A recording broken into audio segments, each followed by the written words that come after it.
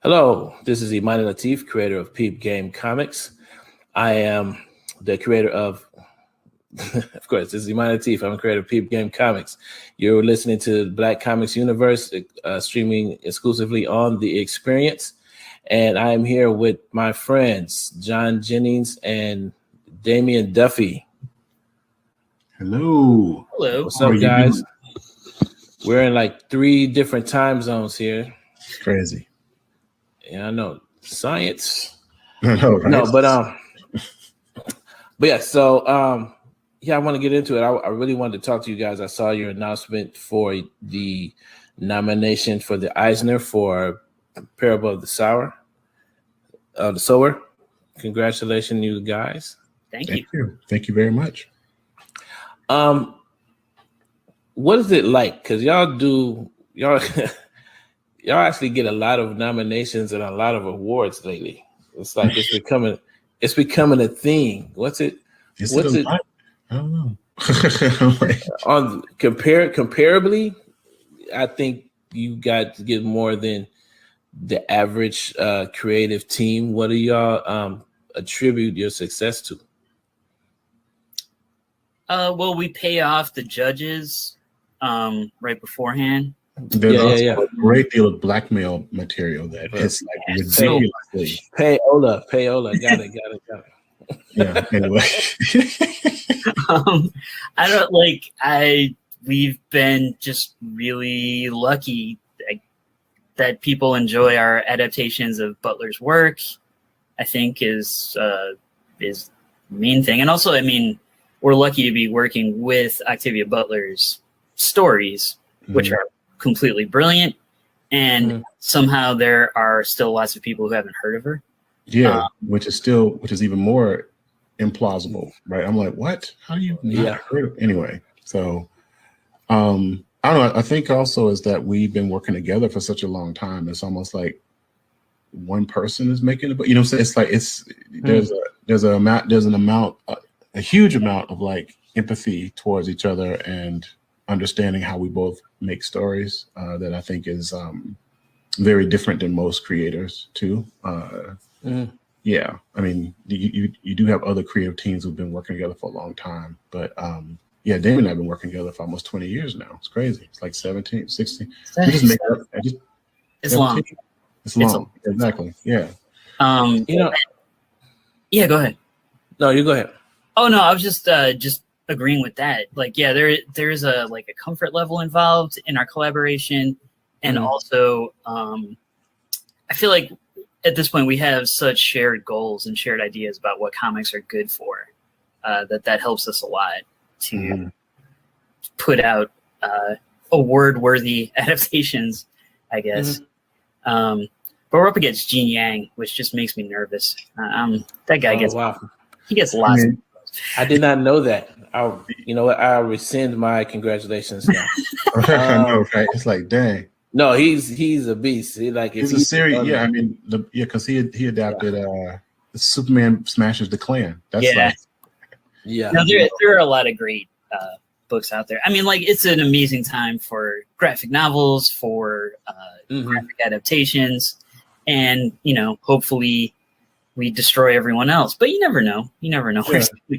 But it's really, I mean, we're up for like 3 awards with that one book. So that's what the Ignite Award, the Eisner and the Hugo actually too, which is I'm Man. still in shock about too. You know, Yeah, that caught me off guard for sure. yeah. So, but I mean, I don't know. All these always catch me off guard. Where I'm just like, I we just want to. I mean, again, and we've said this many times. We just want to make something that people don't hate us for. You know what I'm saying? It's just that, because you know, Octavia Butler's work is so beloved, and you know, who are we to try to make anything with her work?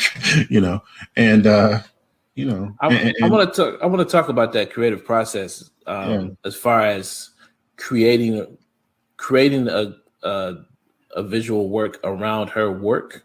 Mm-hmm. Like I've been a fan like ever since I picked up Wild Seed, right? Yeah. And I immediately started picking up all of the Imago, that trilogy, and what's interesting about as an artist myself, I've always wondered what these characters would look like and how this could be illustrated, and I've always that crossed my mind, like this would make an awesome graphic novel and all that kind of stuff. Mm-hmm. What was that process like for you guys, trying to visualize her work? Did you have additional material from her estate that you could use to sort of step into her mind or the state of mind in the work that she created? So we didn't really have additional work other than what was like publicly available. But I think in part that might be to our benefit, because I will read interviews where she talks about the novel and her ideas about the novel. Right. But if you go into her personal papers, there's like alternate versions of multiple novels. Like she wrote like 2 or 3 times. Right.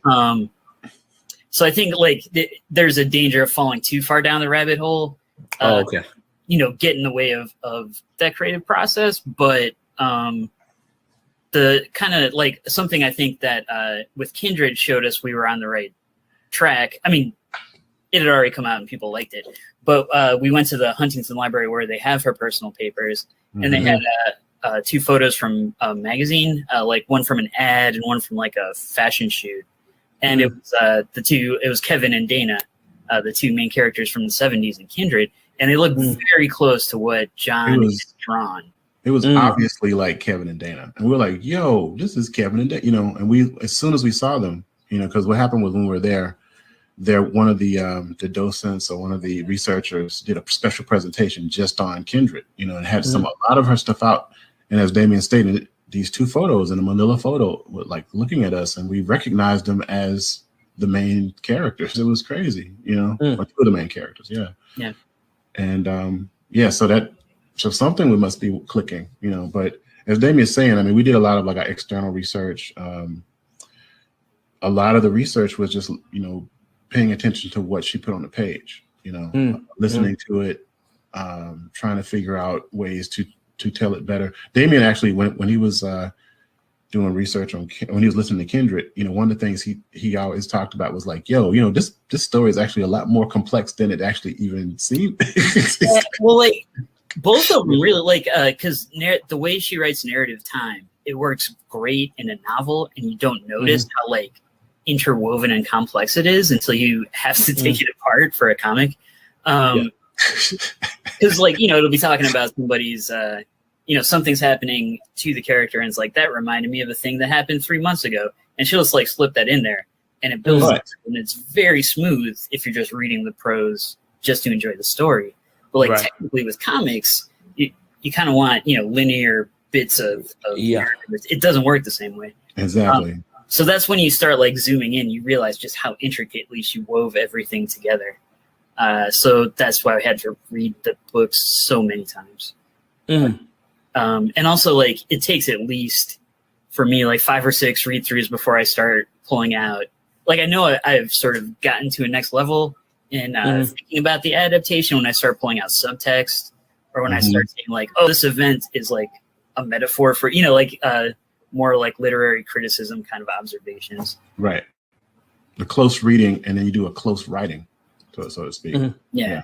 So critical making exercise was okay, these are things that I think she was trying to get to, because she does have major themes, around hierarchies, around power structure, Yes. these types of things.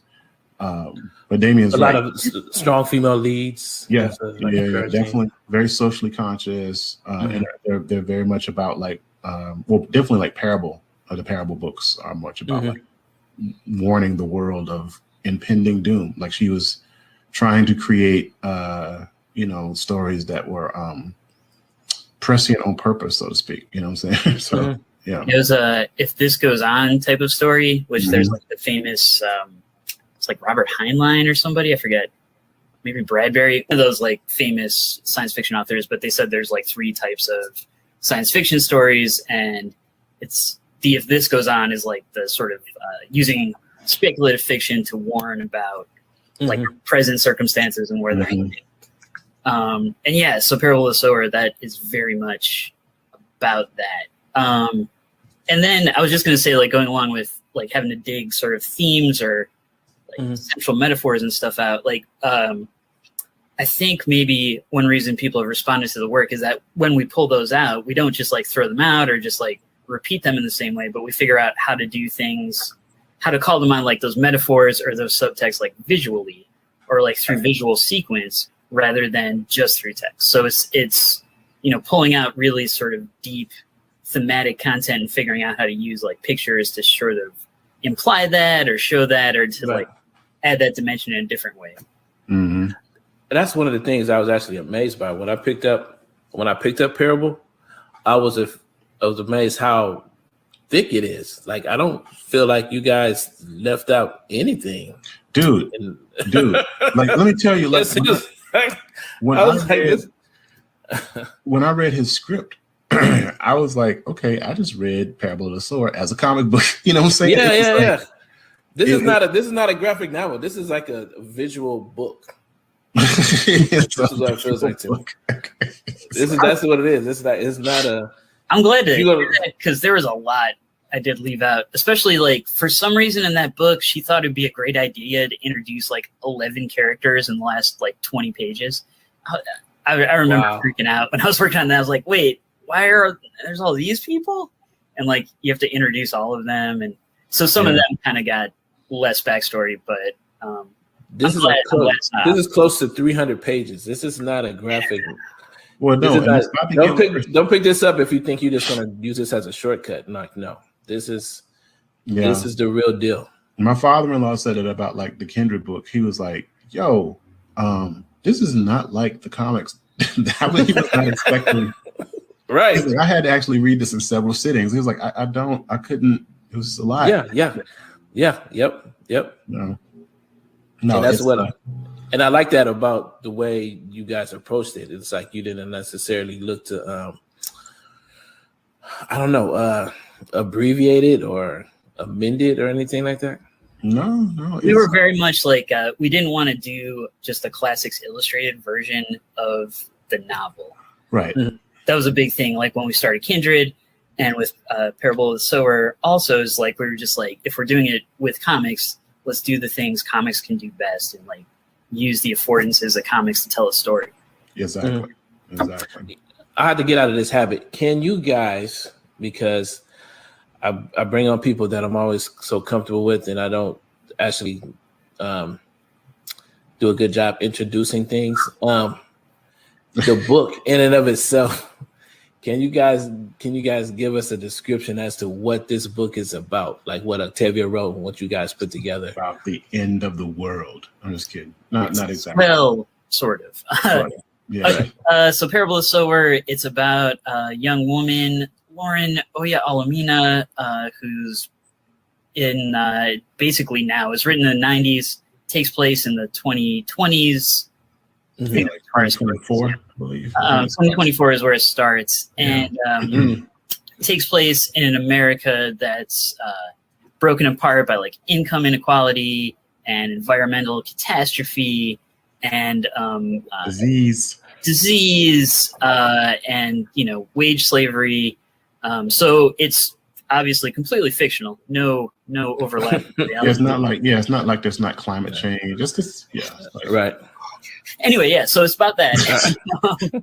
But no, so Lauren Olamina, she is sort of growing up in a lower middle class neighborhood in California that's walled off because outside there's all these street poor, many of whom are also like violent and drug addicted, Right. dangerous. And it's about how first she survives in her neighborhood within the wall, and then how she has to survive outside her neighborhood, traveling across California, and all the while inventing this new religion, or she says rather discovering this new religion, Earthseed, which functions on the precept that God is change, and everything you have to do in life is accounting for perpetual change.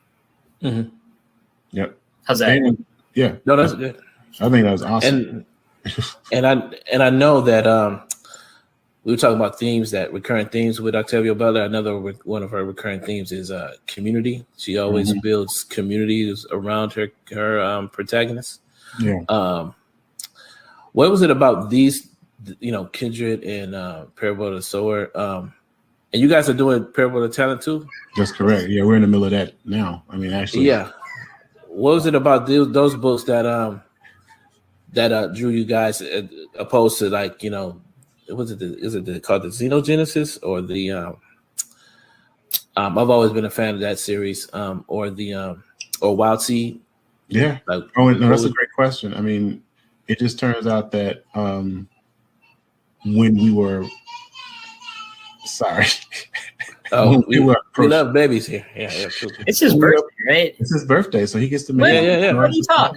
He has stuff to say.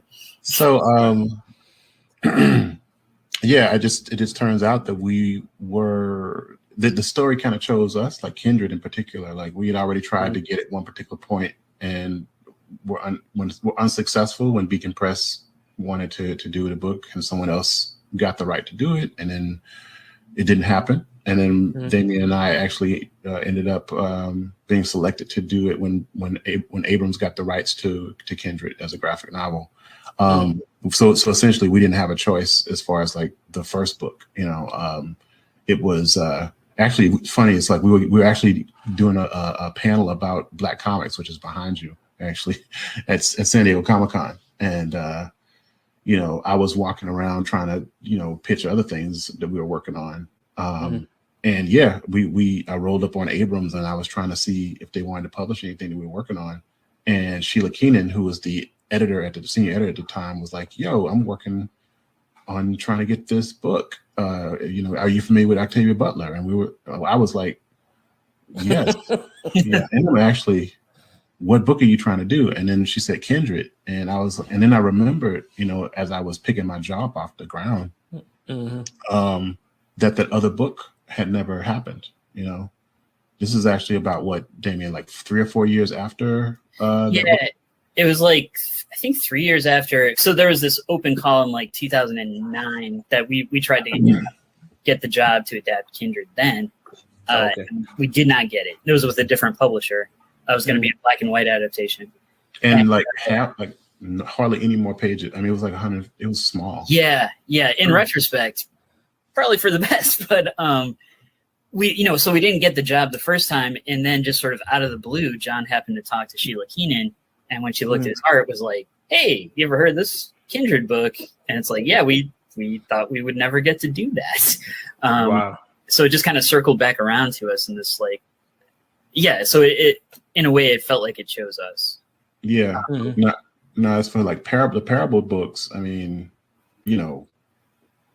when we saw what was going to happen with our previous president being elected, we just felt that it was our responsibility to do Parable of the Sower and Parable of the Talents, because, as you know, there's a character, a president in the second book named President Jarrett, that is kind of like if Trump and Pence were like fused together in some crazy experiment. You know what I'm saying? If you think about it, because he had the populist like charisma of a Trump with the hyper, evangelical, notions of a Mike Pence.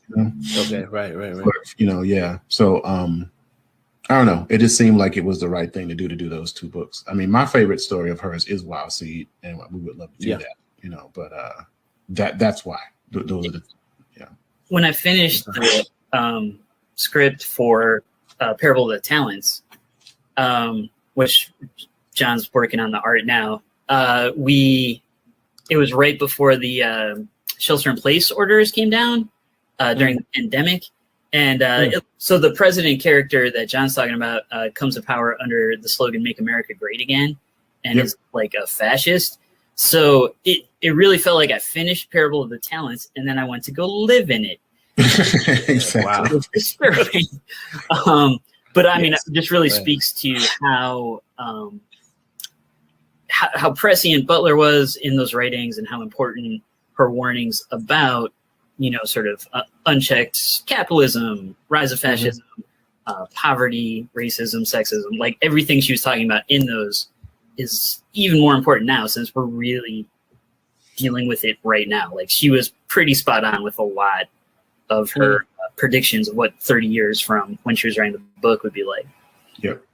And I think just for me to, show my educated chops here, I think that her more science fiction titles have like sort of give a solution to that. Like her answer to all that stuff is like she totally genetically remakes humanity. You know what I mean? So it's like she basically to wipe the slate clean and creates all new species around the human race, in her other books. Not that I don't think it's like necessarily the timeline, or they're not necessarily connected, but it does feel like when you get into her more like I guess for lack of a better term, like space type titles, it seems like she's sort of like remaking society.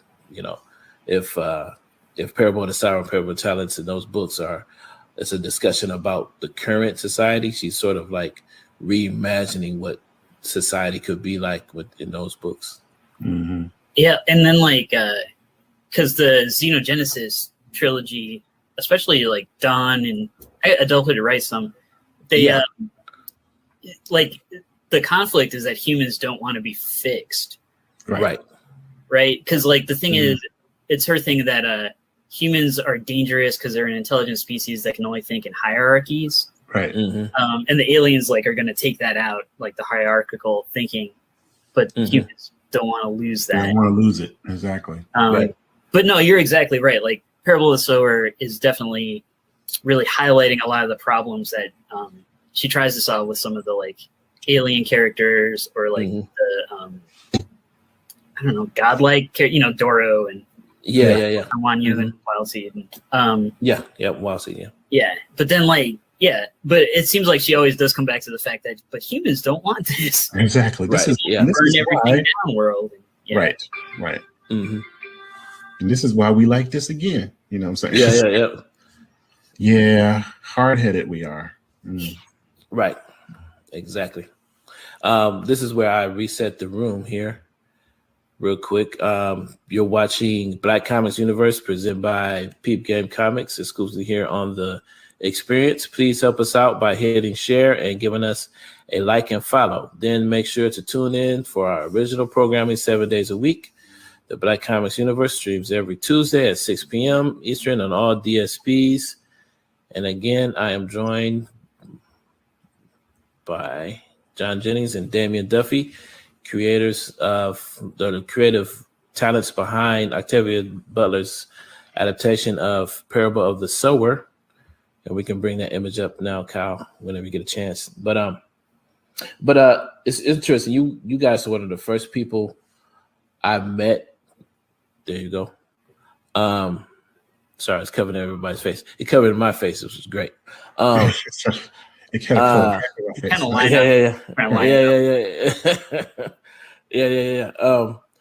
You guys were one of the first people I met when I first got into, comics, or got into the comic book industry, or whatever you want to call it.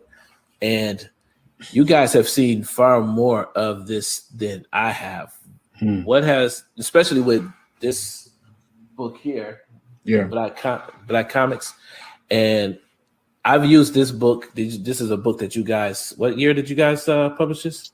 2010, I think. Yeah, 2010. Yep.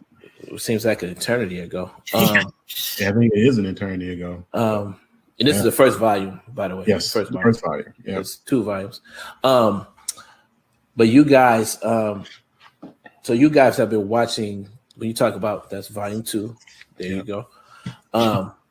So when we talk, and it's been interesting, I've been talking to a lot of Black comic book creators and that have been on either end of the timeline. So it's like people that I've met, say 10 years ago, or I knew that were into this, say, 15 or 20 years ago, to now where I'm talking to people that are just now getting into this, into not just comics, but into Black comics. It's like, what has it been like for you guys to sort of watch this overall process, not just for you guys' own personal success, but just following the success and how, people have been coming into this industry? What's it been like?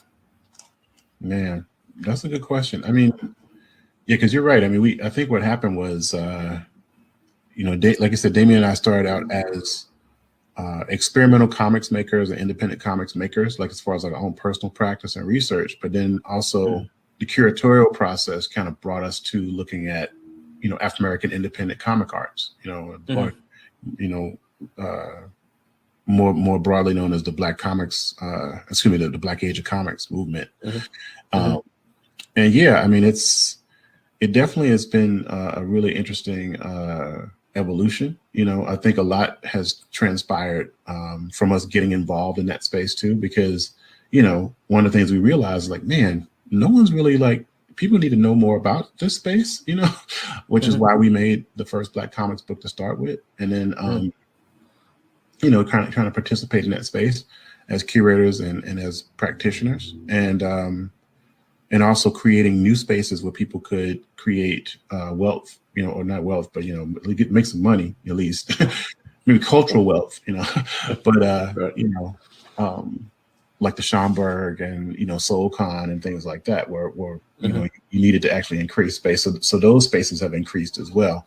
I think as the internet and expanded as far as like social media spaces and also having access to the tools to make these things has happened too, like, and actually inspiring people like yourself to create like distribution networks. I mean, I think that's what's happened is like these like small, like grassroots things have now become like part of the ecosystem that pushes some of the larger things too, because now you're seeing like, the big 2 hiring folk from that, that pool of people, for instance, people that we've known all out, for the last, 12, 13 years are now writing for DC Comics and stuff like that, which I found is really interesting. But anyway, yeah, I think it's been really exciting, and I really do think that a lot of what's happened in the independent side of things have pushed the envelope as far as like Black speculative culture globally. They'll never admit to it, but I think that, there's always been like an eye on what's been happening in these independent spaces. So what do you think, Damien? Yes. I had a few different things. One thing, it's just silly, but John, like you're talking about, like some of the people who we highlighted in the Black comics books or in some of the art shows we curated, they've gone on to like write and draw for DC or Marvel or do work in like Hollywood and stuff. Image, yeah, all kinds of stuff. Every time I see like a social media post about that, I'm just always like, I told you. No, like, right. Yeah. In your face. In your face, industry. No, but I mean, I think it's gratifying that we got to be a part of helping more people just become aware of the wealth and diversity of talent that was always there and always working in this sort of independent Black comic space. And yeah, I mean, like, I think that's probably like been my biggest takeaway is just, I always feel real lucky that I get to see young artists just coming up and like see where that their trajectory is and like how successful they've grown. And then also that, I don't know, like this opportunity to and it's kind of similar to what we're doing with Octavia Butler's books too. There's this aspect of carrying forth like a legacy or making people more sort of culturally aware and historically aware. of the types of work that has always gone on. Yes, right. Even though right. it's not And always. we didn't just start here. This is part of a continuum. You know what I'm saying? Right. Right. Yeah. Yeah. And I was on this Comic-Con panel because this book about comic art museums reprinted an article I wrote when John and I were curating our our first and second big sort of comic art shows. And I hadn't really thought about it for a long time, but a lot of this was brought on by the Masters of American Comics art exhibition. Correct. It was like it set up a canon of like 12 masters of comics.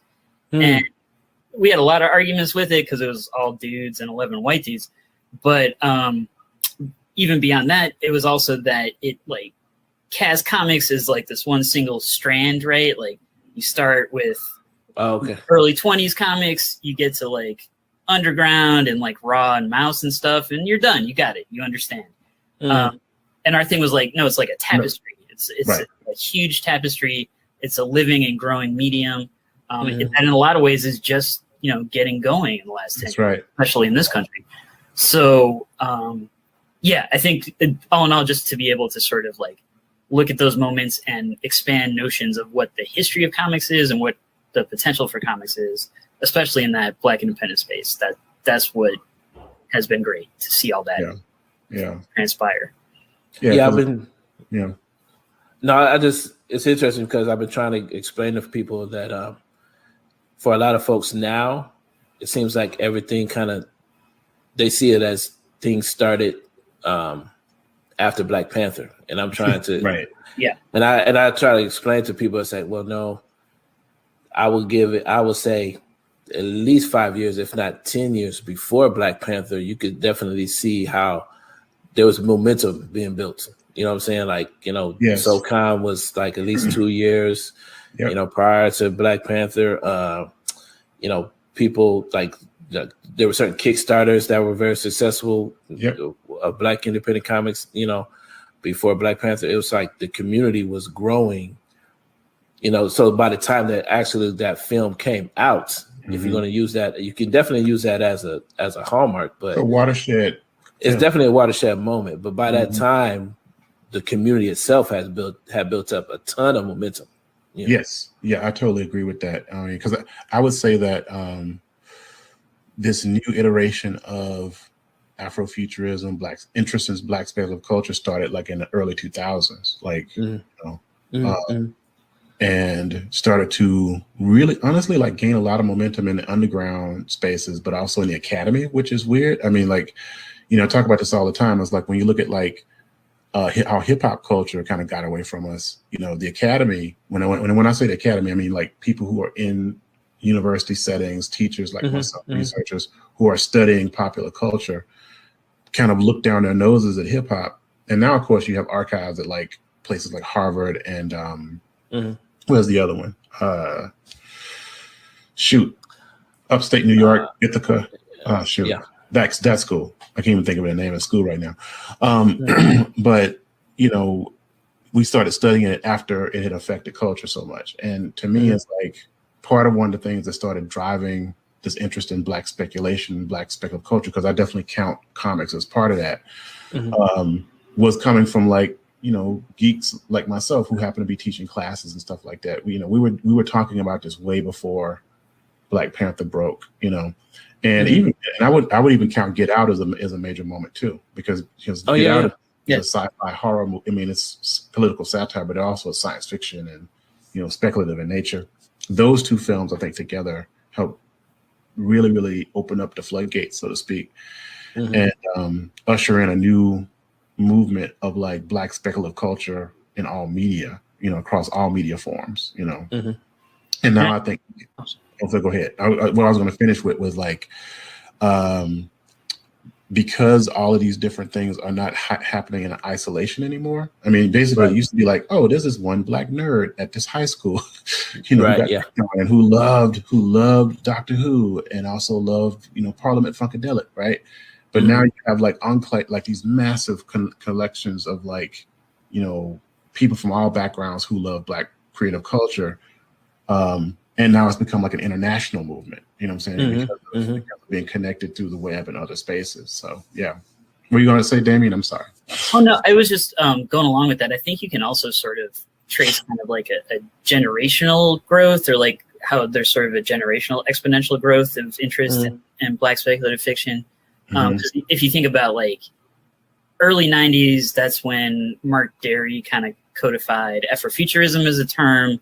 That's right. And that's when like the Black Age of Comics movement started. That's when Milestone Media came out.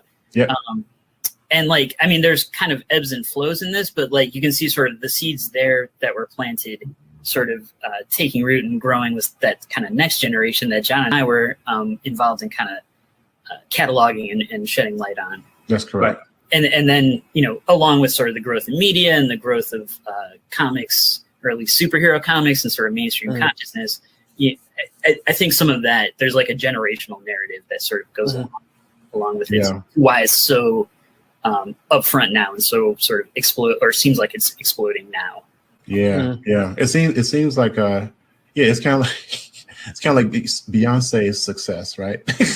Where it's like people forget about all of the hours and hours and hours and hours and hours of practice, and the fact that she was in Destiny. You know what I'm saying? Like it's like, oh, she's an overnight success. I was like, no. Right. It took you maybe like 15, 20 years to become an overnight success. If we play some Destiny Child songs now for some kids, they'd be like, they would hate it. Yeah, exactly. I was thinking about this too. Is like someone who I think is really a key factor, and we talk about him in our first book, is Omar Bilal, right?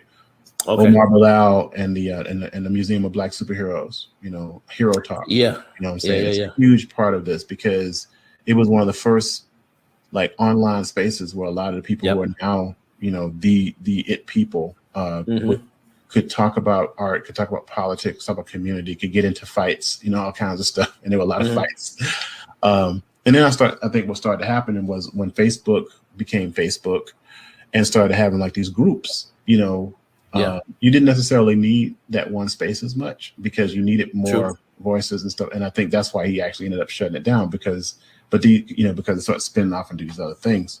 But I think that a lot of attention and respect need to be paid to Omar Bilal. People like him, people like Yumi Odom, as well, you know, and Tertel Only, people who started spaces where we could come together and talk to each other. You know, I think is really what kind of generated the community that we have now, which is now a global community. You know. I've been telling a lot of creators like I can't wait for like. When we got together in person, it was really a lot of fun. But I think this next iteration of cons, because there's been a lot of energy in the community virtually, because, you know, we've all been stuck online. But I think this next salvo of Comic Cons is going to be kind of crazy as far as actually meeting a lot of people in person. Yeah. At least it's for me. I'm actually kind of excited. No, it's gonna. I mean, honestly, once the floodgates are open and people feel safe and stuff, I really do think it's gonna be kind of like what happened with the Roaring '20s. You know what I'm saying? That's because after the Spanish flu outbreak? Is that what it was? Yes, after Spanish flu outbreak, people were like, "Yo, we need to get busy." It's like, I mean, it's hot vax summer, yo. Hot vax summer. Exactly. Hot facts up. That's what you're saying on the internet, which is why I don't go on the internet. Hot vax summer? Is that what it said? Yeah, that's a thing. I'm actually surprised I got in touch with you on Facebook, Damien, because I didn't think I was going to be able to reach you. But I know, like, you know, I'll pop on there, but I just honestly, a lot of it was Parable of the Sower. When I was writing that, I really had to get off social media because it was the combination of the two. And feeling like what I was writing in the comic was sort of also happening on the news was really depressing. Can you speak to that? Because I've been, me and my brother, we just curated a virtual show for Juneteenth for the Toledo Museum of Art. Yeah. And we got to pick. Now they have a lot of work in their collection that is not necessarily on display, but it's very some interesting. So there's one of Kara Walker's books is actually a part of their collection. And So I did a little talk. We all did like a little talk about each piece, and I was talking about her work. And I've been looking at a lot of her work, and like there's a lot of documentaries on YouTube and stuff. Yes. And if you ever seen her work, it's very. She takes these traditional Southern scenes, and she basically defiles them. She takes she shows it from the Black slave narrative, and she basically turns it up on its end. It's very horrific, very comfortable. Yes, yes, it is. She never she intentionally does this, and I was thinking about how her creative process, and I was thinking like somewhere in there, it wouldn't be enough to sort of act like in order to make the scenes that she makes, it almost seems as if she actually has to hate the Black body, like at least for a moment, in the sense that she would have to have it has to be genuine for it to really work. She can't just pretend like this is all going to happen and all these things fall into place. Somewhere in there, you actually have to get into the mind of not just the slave, but the mind of the slave owner. Thinking about her work, that's an interesting statement. And I wonder, like, especially for you guys, delving into this work, is it somewhere in there? Do you find yourself like, okay, this is too much. I have to, and like Carol Walker says, as in one of the, because you have to read a lot of slave narratives from slave masters and historical accounts. And she basically had to, decompress after a while. It's like she couldn't, talk to people, or she actually literally had to like sort of disconnect herself in order to recover from it. Is it parts of, and I know Octavia Butler is notorious for writing scenes that can get you like that. Yes. And like, how did you guys handle that stuff? How did you guys sort of like, how do you guys handle that material? Yeah. Like, so what you're talking about with Kara Walker makes me think of this notion of embodiment, where you have to embody like particular points of view in order to sort of truthfully make art about them. Yeah. And there, Ebony Flowers, I don't know if you know her work, but she did this graphic novel called Hot Comb. Or it's like a book of short stories, rather. But she also did this kind of academic, partly drawn as a comic article talking about embodiment and how when you draw stuff, you're literally embodying it. When you think in that mindset, you are bringing it in. So it makes me think of that. It also makes me think of the whole ethos of Earthseed, that all that you touch, you change. All that you change changes you. Yeah. And yeah, so anyway, both of those like big concepts were weighing on me a lot in the writing of Parable of the Sower and Parable of the Talents. And yeah, I would have to get away from, so I had to get away from social media. I tried to look at less news, which in the pandemic is hard when it's like, oh, if I have all the information, I'll be less anxious, which is not true. So I did sort of intentionally disconnect a bit from social media and the news just to like focus on the work and try to make sure that while the stories do reflect very strongly our current historical moment, I didn't want to get too far into like, I want to make this about Trump or something. You know what I mean? I want to make this about COVID. Right. I wanted to make sure to stay true to the more sort of universal ideas that she was using fiction to talk about. So yeah, just doing that. And then also I work at this microbrewery down the street. So some beer, that helped me a bit. I was in therapy for a little while, which I'll probably go back to at some point, but like it definitely required me to do a lot of more thinking about being intentional about the sort of news, that parts of the outside world that I'm paying close attention to, the stuff that I'm letting in, just sort of like reallocating where my mental space was, if that makes sense. No, I understand. I think on Kindred, that's the one that really messed me up. Because I was in a lot of I felt like I would, was enslaved by the book. It was crazy. Like there were moments where I was like, shook by the descriptions that I was trying to draw, like the types of the pain and torture that we had to inflict upon people, was actually, weeping on the original art, that kind of stuff as I was drawing it. This one was difficult too, because I was like, as Damien's saying, I mean, we're making this book about what could happen or what might be happening in front of us. And then, at the same time, my wife is pregnant with Jackson, who just turned 2 today, like we said. And so you're making this terrible reality, and you're waiting for this little black boy to be born into this terrible reality, So to me, it was very, very stressful. And and like Damien, I mean, I went into therapy and stuff like that too, and I do intend to go back into therapy. As well. But I think the saving grace is like my wife she's basically like, all right, turn off the light, no more working on this particular day. There's hell to pay. Like she's very much like, no, you cannot continue to work like this or something's gonna break, that kind of stuff. Like even though it freaked us out, I mean, she made me go on a cruise in the middle of the creation of Kindred, for instance. And I was totally fine. I was not concerned fine at all. She made us go on a cruise. I don't even remember exactly where we went. She's like, no, we're going on a cruise. I'm like, a what? Do you understand? Those are the most stressful things. Like ever. Kindred, John physically injured him. Like he hurt his shoulder drying. I'm still like not right. The level of like sleep deprivation that we both put ourselves on. Like I drew Kindred in Sharpie, so I was high most of the time on Sharpie fumes. It was ridiculous. Oh wow! It's like that's one thing I do like a lot. I like a lot about your process. Your guys' process is like you guys never approach comics in a traditional way. No, it's like no.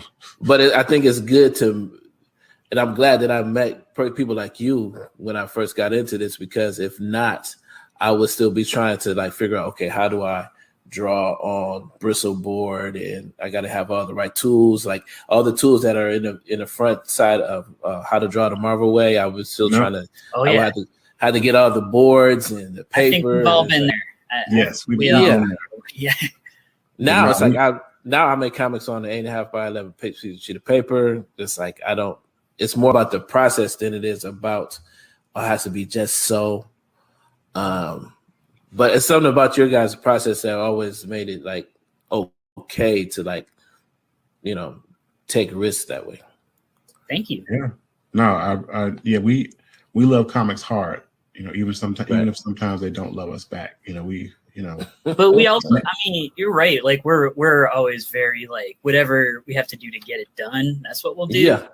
More so than it needs to be a certain way, and maybe that's part of too. I was talking about the art exhibition we were reacting against. I mean, all those are straight up traditional ink on Bristol board things, and both of us were like, but there's all this other amazing stuff.